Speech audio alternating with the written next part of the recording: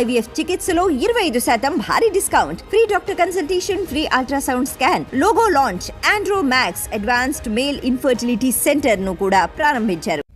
ఈ నెల 24 నుంచి తెలంగాణ బడ్జెట్ సమావేశాలు ప్రారంభం కానున్నాయి. బడ్జెట్ సమావేశాల నిర్వహణపై స్పీకర్ గడ్డం ప్రసాద్, మండలి చైర్మన్ గుత్తా సుఖేందర్ రెడ్డి అధికారులతో సమీక్షిస్తున్నారు. ప్రభుత్వ విప్లు, సీఎస్ తో పాటు డీజీపీ ఉన్నతాధికారులతో బడ్జెట్ సమావేశాల నిర్వహణపై చర్చిస్తున్నారు. సమావేశాల సజావుగా నడిచేలా చర్యలు తీసుకోవాలని స్పీకర్ అధికారులకు సూచించారు. సమావేశాలు జరిగే సమయంలో ధర్నాలు, నిరసనలు తెలిపే అవకాశం లేకుండా అప్రమత్తంగా ఉండాలని సూచించారు.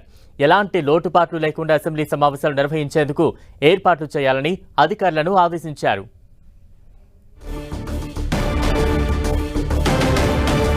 తాజా అప్డేట్స్ అందించేందుకు మా ప్రతినిధి ప్రతాప్ సిద్ధంగా ఉన్నారు. ప్రతాప్, బలరాం, ఈ నెల 24 నుంచి అసెంబ్లీ బడ్జెట్ సమావేశాలు నిర్వహించాలని చెప్పేసి ప్రభుత్వం నిర్ణయించింది. అందుకు అనుగుణంగా ఏ విధంగా ఏర్పాట్లు ఉండాలని చెప్పేసి మండలి చైర్మన్ తో పాటు స్పీకర్ కూడా సమీక్ష సమావేశాన్ని ఏర్పాటు చేయడం జరిగింది. మండలి చైర్మన్ గుత్తా సుఖేందర్ రెడ్డి, స్పీకర్ ప్రసాద్ కుమార్ ఇద్దరు కూడా ఈ ముఖ్యమైన అధికారులతో అంతా కూడా సమీక్ష సమావేశాన్ని ఏర్పాటు చేశారు. సిఎస్ తో పాటు అదేవిధంగా పోలీసు ఉన్నతాధికారులందరూ కూడా సమావేశానికి హాజరు కావడం జరిగింది.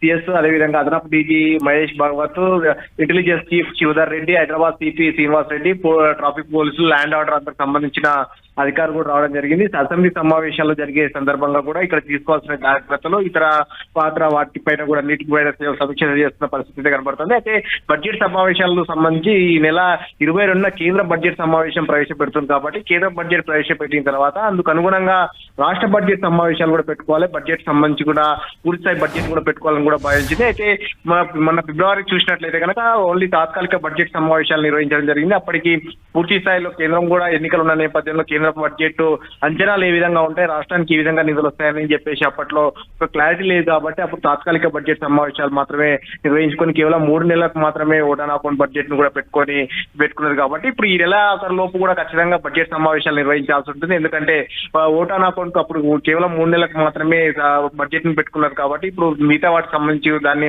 ముందుకు తీసుకెళ్లాలంటే ఖచ్చితంగా బడ్జెట్ సమావేశాలు పెట్టుకోవాల్సిన పరిస్థితి ఉంది. కాబట్టి ఇప్పుడు ఈ నెల 24న బడ్జెట్ పూర్తిస్థాయి బడ్జెట్ సమావేశాలను పెట్టుకొని ఏ శాఖకి ఏ విధంగా ఇవ్వాలి, వేటికి ఎంత అనే దానిపైన కూడా ప్రభుత్వం కూడా పూర్తిస్థాయిలో కసరత్తు చేస్తున్న పరిస్థితి. ముఖ్యంగా రుణమాఫీతో పాటు రైతు భరోసా కానీ మిగతా వివిధ శాఖలకు సంబంధించిన ఏ విధంగా ముందుకెళ్లాలని పూర్తిస్థాయి బడ్జెట్ ప్రవేశపెట్టి ముందుకెళ్లాలని, పరిపాలన ముందుకు తీసుకెళ్లాలని కూడా ఆలోచన చేస్తున్నది. ఈ బడ్జెట్ సమావేశాలకు సంబంధించి ఎన్ని రోజులు నిర్వహించాలి, ఏ విధంగా నిర్వహించాలి, దీనికి సంబంధించి పరివహనకు సంబంధించి కూడా పోలీసులకు భద్రతకు సంబంధించి మిగతా అంశాలకు సంబంధించి అధికారులకు సంబంధించి కూడా సిఎస్ తో కూడా దీనికి సంబంధించి కూడా సమీక్ష సమావేశం చేయడం జరిగింది. బడ్జెట్ మండలి చైర్మన్ తో పాటు గుత్తా సుఖేందర్ రెడ్డితో పాటు అదేవిధంగా స్పీకర్ ప్రసాద్ కుమార్, అదేవిధంగా విప్పులు కూడా హాజరు కావడం జరిగింది. ముఖ్యంగా ప్రభుత్వం ఎన్ని రోజులు నిర్వహించాలి అనేది మళ్ళీ బిఎస్సీ సమావేశం ఉంటుంది కాబట్టి సమావేశంలో తీసుకున్న నిర్ణయం ప్రకారంగా బడ్జెట్ సమావేశాలు ఎన్ని రోజులు నిర్వహించాలనేది ఫర్దర్ గా ఉంటుంది కాబట్టి ఈ నెల 24న మాత్రం బడ్జెట్ సమావేశాలను నిర్వహించాలని అయితే ప్రస్తుతానికైతే ప్రభుత్వం నిర్ణయించింది. బలరాం,